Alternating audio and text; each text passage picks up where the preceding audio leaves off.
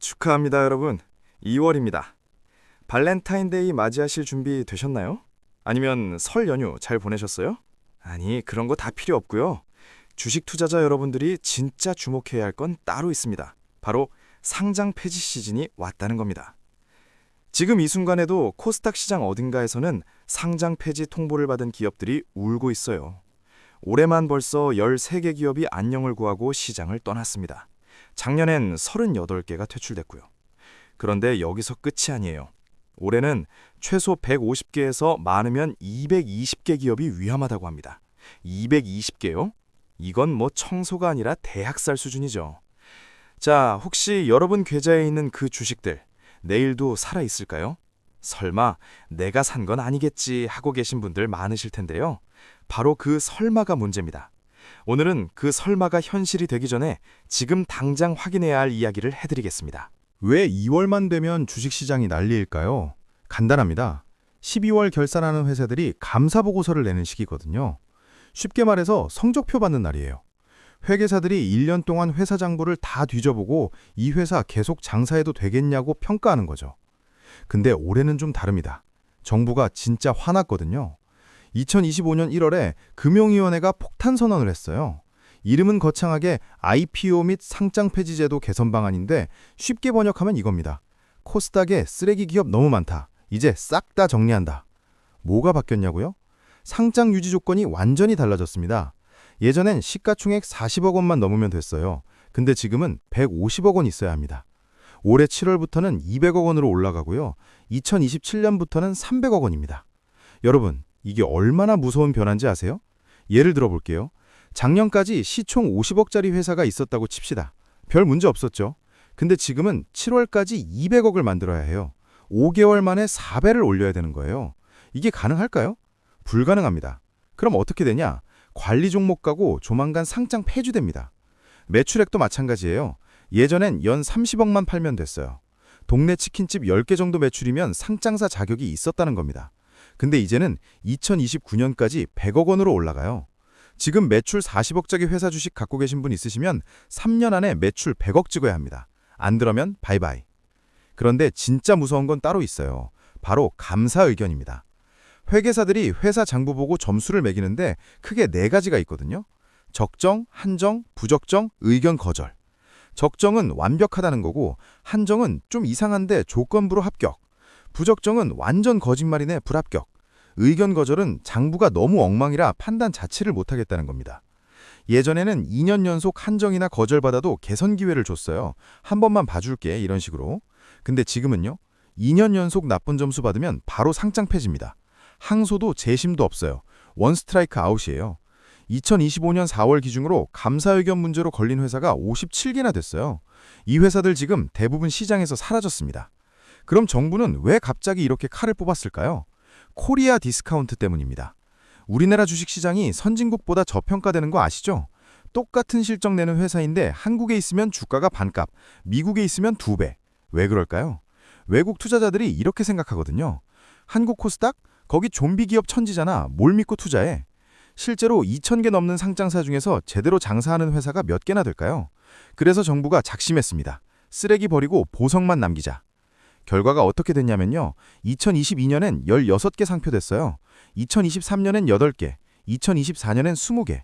그런데 2025년엔 38개로 2.5배나 증가했습니다. 2026년은 150개에서 220개가 예상되고요. 이건 뭐 청소가 아니라 대학살입니다. 그런데 문제는 혹시 여러분 주식이 그 명단에 있을 수도 있다는 거예요. 자, 이제 핵심 질문입니다. 내 주식이 위험한지 안 위험한지 어떻게 알 수 있을까요? 먼저 관리 종목이 뭔지 알아야 합니다. 이거 완전 쉽게 설명할게요. 학교 다닐 때 생각해 보세요. 성적이 나빠서 너 다음 시험도 이러면 유급이야 이런 경고 받아본 적 있으시죠?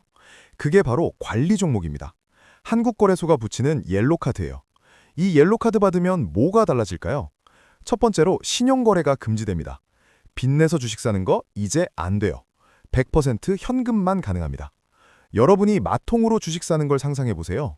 은행이 이 주식은 너무 위험해서 돈 안 빌려줘 이러는 거예요. 두 번째로 큰손들이 탈출합니다. 연기금, 보험사, 기관 투자자들. 이 큰손들은 법으로 관리 종목을 못 갖고 있거든요. 그럼 어떻게 될까요? 전부 팔아버리죠. 엄청난 물량이 쏟아지면 주가는 나이아가라 폭포처럼 떨어집니다. 세 번째로 거래 방식이 바뀝니다. 하루에 딱 2번, 동시호가로만 거래돼요. 아침에 1번, 오후에 1번. 원하는 가격에 사고 팔기? 꿈도 꾸지 마세요. 거의 유동성이 제로입니다. 그럼 관리 종목은 언제 지정될까요? 크게 4가지 이유가 있어요. 첫 번째, 4년 연속 적자입니다. 회사가 4년 동안 본업으로 한 푼도 못 벌었다는 얘기예요. 이거 식당으로 치면 4년 동안 장사해서 원가도 못 건진다는 겁니다. 이런 식당이 계속 문 열고 있으면 이상하잖아요. 실제 사례 하나 들어볼게요. 바이오 회사로 시작했다가 비트코인 하겠다고 사업 전환한 어느 기업이 있어요. 2024년 매출이 218만 원이었대요. 218만 원이요. 2025년 3분기까지도 900만 원. 이게 상장사 맞나 싶죠? 당연히 관리 종목 같습니다. 두 번째는 자본 잠식 50% 이상입니다. 이거 완전 쉽게 설명할게요. 자본금 100억 회사가 있다고 칩시다. 그런데 누적 적자가 60억이에요. 그럼 실제 남은 돈은 40억이죠. 이게 자본 잠식 60%예요. 50% 넘으면 바로 관리 종목입니다. 쉽게 말해서 빚더미에 앉아 있다는 거예요. 100만 원 있었는데 60만 원 날렸으면 이 사람 망하기 직전이잖아요. 세 번째는 매출 30억 미달입니다. 연간 매출이 30억도 안 되면 관리 종목 가요. 30억이 얼마나 적은지 감이 안 오시죠? 동네 잘 되는 치킨집이 한 달에 3천만 원 정도 벌어요. 1년이면 3.6억 원. 치킨집 10개 매출이 30억입니다. 상장사가 치킨집 10개만도 못하다? 이건 좀 심각하죠. 네 번째는 시총 150억 미달인데 7월부터는 200억으로 올라가요. 30거래일 연속으로 시가총액이 기준 밑으로 떨어지면 관리 종목 지정됩니다. 계산해 볼게요. 주가 1,000원, 발행 주식 1,500만 주면 시총 150억이에요.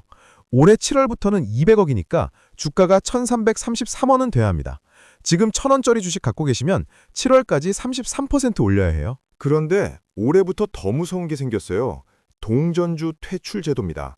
주가가 1,000원 미만인 주식들 있죠? 800원, 500원, 300원 이런 것들. 이제 이것들도 상패 대상이에요. 작동 방식은 이렇습니다. 30거래일 연속 주가 1,000원 미만이면 관리 종목 지정되고 그 후 90거래일 동안 45거래일 연속으로 1,000원 못 넘기면 상장 폐지됩니다.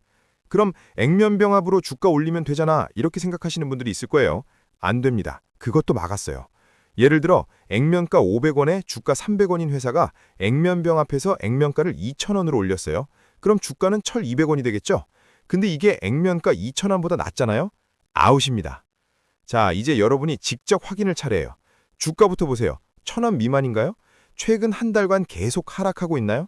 거래량이 갑자기 늘었다면 누가 도망가는 중일 수 있어요. 시가총액도 확인하세요. 200억 미만이면 빨간불이에요. 150억 미만이면 더 위험하고요. 100억 미만이면 지금 당장 팔아야 할 수도 있습니다. 그 다음에 전자공시 시스템, 다트에 들어가세요. 최근 3년 영업이익을 확인하세요. 계속 마이너스면 위험합니다. 자본 잠식률도 봐야 돼요. 50% 넘으면 위험. 감사 의견도 확인하세요. 적정이 아니면 위험합니다. 위험한 회사들은 공통된 행동 패턴이 있어요. 첫 번째, 테마주 코스프레입니다. 본업은 완전 망했는데 갑자기 우리 AI 한다, 2차 전지한다, 바이오 한다 이러는 거예요. 근데 실제로는 아무것도 안 해요.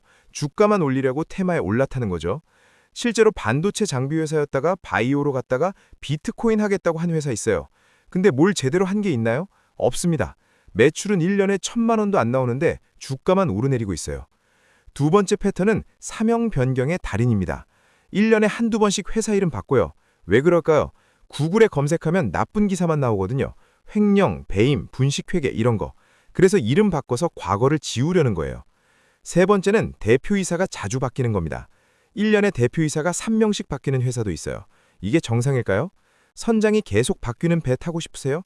네 번째는 유상증자랑 전환사채를 난발하는 거예요. 계속 주주한테 손 벌려요. 그 돈으로 뭐해요? 사업 확장? 천만에요. 빚 갚는 됐습니다. 전형적인 돌려막기죠. 마지막으로 대주주 지분을 체크해야 돼요. 이거 진짜 중요합니다. 대주주 지분이 10% 미만이면 주인이 관심 없다는 뜻이에요. 대주주가 최근에 지분 매도했다면 배를 버리는 중입니다. 선장이 먼저 탈출하는데 승객이 남아있을 이유가 있나요? 자, 위험한 주식을 갖고 있다는 걸 확인했어요. 이제 어떻게 해야 할까요? 가장 확실한 방법은 지금 당장 파는 겁니다. 에이, 그래도 혹시 오르지 않을까요? 이렇게 생각하시는 분들 많으실 거예요. 근데 말이죠. 관리 종목 지정되면 주가 평균 90% 폭락합니다. 지금 30% 손해가 억울해서 버티다가 결국 100% 날리는 거예요. 계산해 볼게요. 1,000만 원 투자했는데 현재 700만 원이에요. 30% 손해죠. 좀 더 버텨볼까 하다가 관리 종목 지정되면 70만 원 됩니다. 93% 손실이에요. 어느 게 나을까요? 당연히 지금 파는 게 낫죠. 한꺼번에 팔기는 무섭다 하시는 분들은 나눠서 파세요.